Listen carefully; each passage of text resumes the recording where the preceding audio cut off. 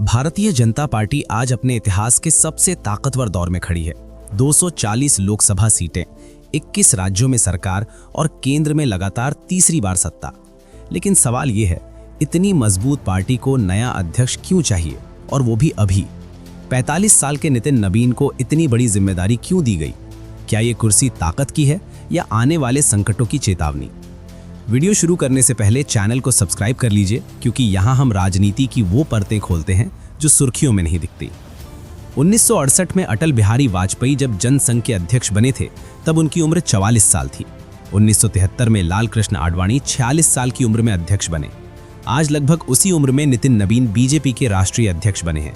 लेकिन फर्क बहुत बड़ा है। अटल और आडवाणी तब विपक्ष में थे, संघर्ष कर रहे थे। नितिन नबीन ऐसे समय अध्यक्ष बने हैं जब पार्टी सत्ता के शिखर पर है, और सत्ता के शिखर पर गलती की गुंजाइश सबसे कम होती है। यहीं से दबाव शुरू होता है। कई वरिष्ठ पत्रकार मानते हैं कि बीजेपी जब सत्ता में होती है तब अध्यक्ष का रोल सीमित हो जाता है। बड़े फैसले सरकार और संगठन दोनों के अक्सर पीएमओ में होते हैं। 2002 में नरेंद्र मोदी को गुजरात का मुख्यमंत्री बनाया गया था। तब के बीजेपी अध्यक्ष को इसकी पूरी जानकारी तक नहीं थी। यानी बीजेपी में अध्यक्ष की कुर्सी जरूरी है, लेकिन असली कंट्रोल ऊपर रहता है। इसीलिए कहा जा रहा है कि नितिन नबीन के लिए मोदी और अमित शाह ही चुनौती भी हैं और समाधान भी। बीजेपी अध्यक्ष की नियुक्ति में देरी को लेकर चर्चा थी कि आरएसएस पूरी तरह सहमत नहीं है। ऐसे में नितिन नबीन एक ऐसा चेहरा बनकर सामने आते हैं जिन्हें ना संघ खुलकर विरोध कर सकता है और न पार्टी के भीतर उनकी स्वीकार्यता पर सवाल है। लो प्रोफाइल रहना यहाँ उनकी सबसे बड़ी ताकत बन गया। इतिहास बताता है कि जिस अध्यक्ष से आरएसएस ऐसे मत हुआ, उसका सफर लंबा नहीं चला। 2005 में आडवाणी का उदाहरण आज भी याद किया जाता है। इसलिए नितिन नबीन को एक सेफ चॉइस माना जा रहा है। लेकिन चुनौतियां अब शुरू होती हैं। 2026 में पश्चिम बंगाल, तमिलनाडु, केरल, असम और पुडुचेरी जैसे राज्यों में चुनाव हैं, जहां बीजेपी के लिए राह आसान नहीं। असली इम्तिहान 2029 में होगा, जब परिसीमन लागू होगा। महिलाओं के लिए 33% आरक्षण आएगा और पूरी चुनावी गणित बदल जाएगी। नई सीटें, नए चेहरे और नए समीकरण। एक छोटी सी चूक सत्ता की स्थिरता हिला सकती है। इसी बीच बीजेपी के भीतर सबसे बड़ा सवाल उभरता है, मोदी के बाद कौन?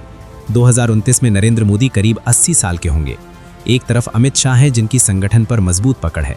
दूसरी तरफ योगी आदित्यनाथ, जिनकी लोकप्रियता जबरदस्त है, लेकिन संगठन में पकड़ सीमित मानी जाती है। अगर यह टकराव तेज होता है तो नितिन नबीन को बेहद संतुलन साधना होगा। गलत संतुलन पार्टी के भीतर दरार गहरी कर सकता है। चुनौती सिर्फ नेतृत्व की नहीं है। बीजेपी अब एक हाईली सेंट्रलाइज्ड पार्टी बन चुकी है। आला कमान मजबूत है, लेकिन संगठन कई जगह कमजोर। दक्षिण और पूर्व भारत में पार्टी आज भी जूझ रही है। वैश्विक स्तर पर हालात बदल रहे हैं। ट्रंप की वापसी, भारत पर टैरिफ दबाव, चीन से मजबूरी में संवाद। आर्थिक ग्रोथ का नैरेटिव बनाए रखना आसान नहीं होगा। और सबसे पुरानी चुनौती, भारत की भाषाई और सांस्कृतिक विविधता, आज भी बीजेपी के सामने खड़ी है।